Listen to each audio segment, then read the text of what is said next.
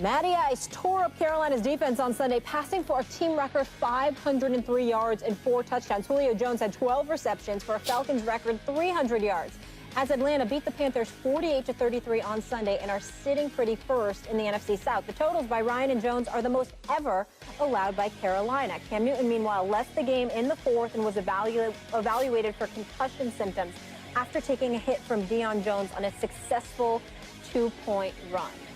Was this more about good Falcons or bad Panthers, Stephen A? Well, to me, it was about the bad Panthers. And, you know, I'll leave it to Max to discuss the Falcons because we know what a stud Julio Jones is. But let me be very, very clear about what I'm about to say. I will openly confess that it's an engagement in hyperbole. I'm being a little bit emotional at this point. Okay. Don't hold me to this next week. I'm only talking about what happened yesterday, okay? This is one of those moments where if I'm the owner, Mr. Richardson, I go home and I go like this. Should I fire Sean McDermott, the defensive coordinator for the Carolina Panthers?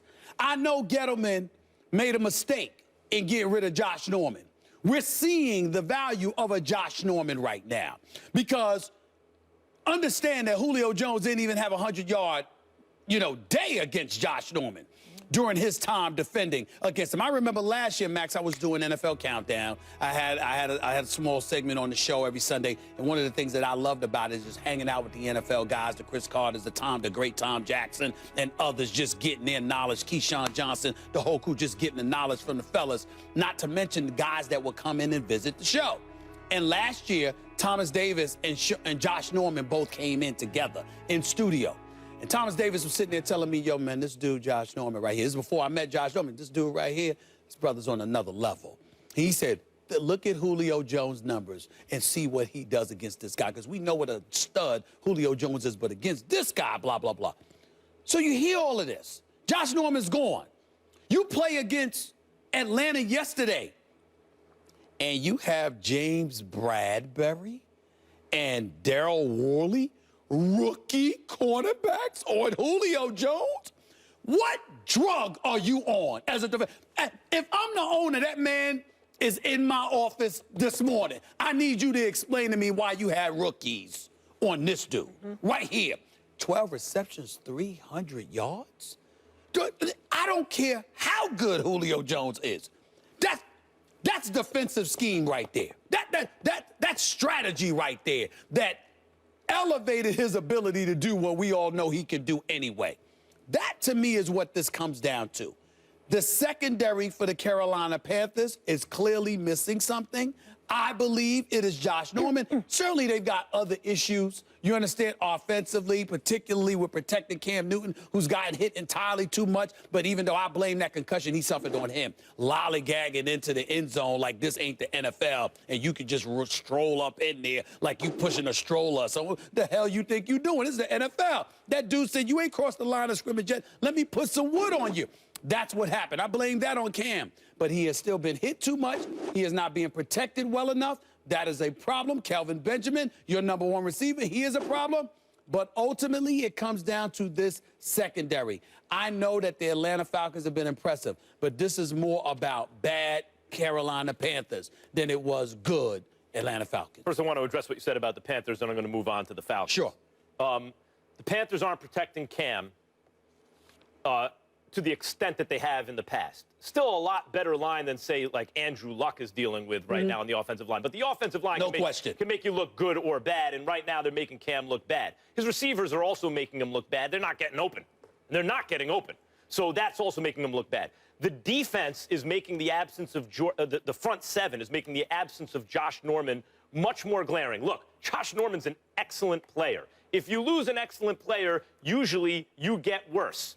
Still, there are arguments for why you don't overpay an excellent player. I understand why they didn't do it, but I don't even think the secondary is the issue right now. The issue for the Panthers is they can't get pressure on the quarterback. That's going to expose your secondary. They're getting no pressure, that defense, vaunted defense, getting zero pressure. And so the secondary is being made to look worse than it really is. And in terms of strategy, it's not a matter of who you put on Julio. It's a matter of how many. If you put one on Julio Jones, he is going to torch you.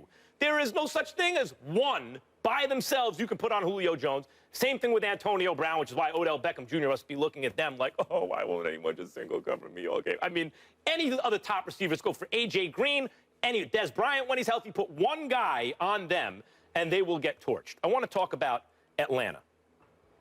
First of all, Matt Ryan so far is having an MVP year. And yesterday he put distance between himself and the rest of the pack in terms of MVP stuff. Their offense is really high-powered. Stephen A., I would describe them as Steelers Junior. When you think about what they can do, they have an absolutely elite monster at the receiver position, Julio Jones, like Antonio Brown.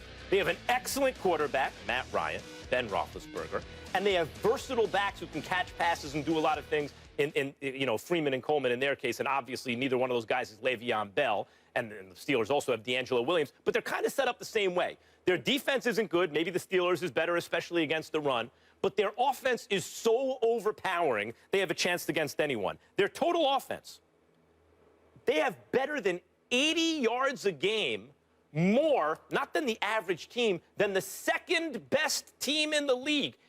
80 yards a game better than second best? Let me give you an example of what that means. 80 yards a game is how much better second best is from 27th best. The difference between Atlanta in total yards so far, very early in the season, and the second best team is the difference between the second best team and the 27th best team. The offense is ridiculous. They can smoke anybody. The only loss, you're talking about who they lose to. They have one loss on the season. They lost to the Tampa Bay Buccaneers to open the season. Week 1, which shows you, by the way, and even then they scored 24 points. Preseason extension, though, a little. Absolutely. Yeah. This happens. A small sample sizes. It's troubling because you don't know what's going on. At the time, Jameis Winston's going to be the MVP this year, according to some, based on that performance. 3 touchdowns and a field goal is your worst, by far, offensive performance. This Falcons offense can do what they just did against just about anyone. And the fact of the matter is, Stephen A., they have this year. They've done it to everyone they've played. Panthers is the first defense that was supposed to be good that they played. But they did to the Panthers what they did to the Raiders, what they did to every team they played so far. That's a really good Falcons offense. Well, it's a really good Falcons offense, but in order to be a good team, you got to be able to produce on both sides of the ball. They're 29th defensively. They're 30th in yards allowed. They're ranked second to last against the pass. And so when I think about that and I look at the 23 points that the Carolina Panthers were able to put up in the fourth quarter to make it interesting, to come back from a 31-10 deficit, to pull within 41-33 before Robert Alford intercepted Derek Anderson to end the game with his pick 6. The reality is that on far too many occasions, as we look at this schedule coming up for the Atlanta Falcons, I think the jury is still out. I think that it's been by default their success thus far. I'm not saying that they can't score, because anytime you got Ryan, who's high second tier, along with Julio Jones, who may be the second best receiver in all of football as far as I'm concerned, you have to give them their respect where it's due. But I also look at Carolina right now and the way that they've been struggling. They seem to be a shell of themselves right now. They don't seem to be in sync offensively. Defensively, their secondary is suspect. That wasn't the case last year, and that doesn't bode well for them. Getting back to Atlanta, let's look at who they have up next, Max. At Denver, at Seattle. We're going to find out. Good litmus test. We're going to find out about them. San Diego, and then at home against Green Bay. And so 3 of their next 4 games was going to tell us a lot about the Atlanta Falcons, particularly when their defense is suspect against teams that could potentially put up points on them or neutralize them offensively. And we are going to find out. I'm not saying that they're not everything that people are projecting them to be.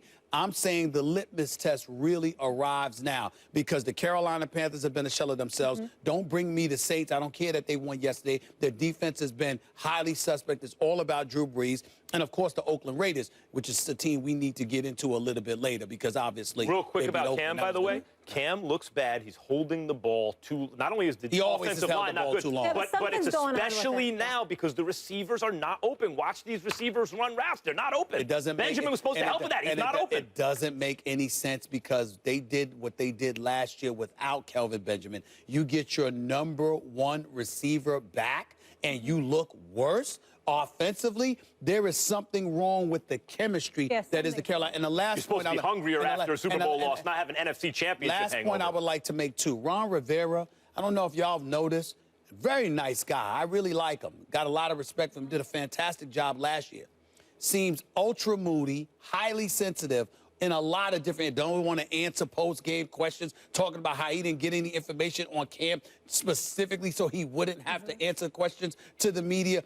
They seem to be unraveling as an organization. This is not what we knew them to be last year. There's a level of stability that they had with Ron Rivera. I don't see that right now. I'm not saying they can't overcome it. They're too talented to be a finished product. But to put rookies on Julio Jones is nothing short of disrespectful. One at a time, by the way. Disrespectful. Yeah. And maybe they're dealing with a lot more media with other issues, and that could also be disrespectful. playing a factor. Julio Jones, rookies, one at a time. 500 yards for Matt Ryan through the air, 300 yards for Julio Jones. It really was unbelievable. He went on Skype with my man Prime Time, Deion Sanders, last night, and was sitting there literally laughing at her. I guess they, I guess they didn't know who I was. I'm paraphrasing it. That's basically what he was saying. What are you thinking if you are Sean McDermott? He would have some questions to answer. I'm really excited that you brought up those two games, Denver and Seattle, though, to see what the Falcons do against those teams and kind of where they stand.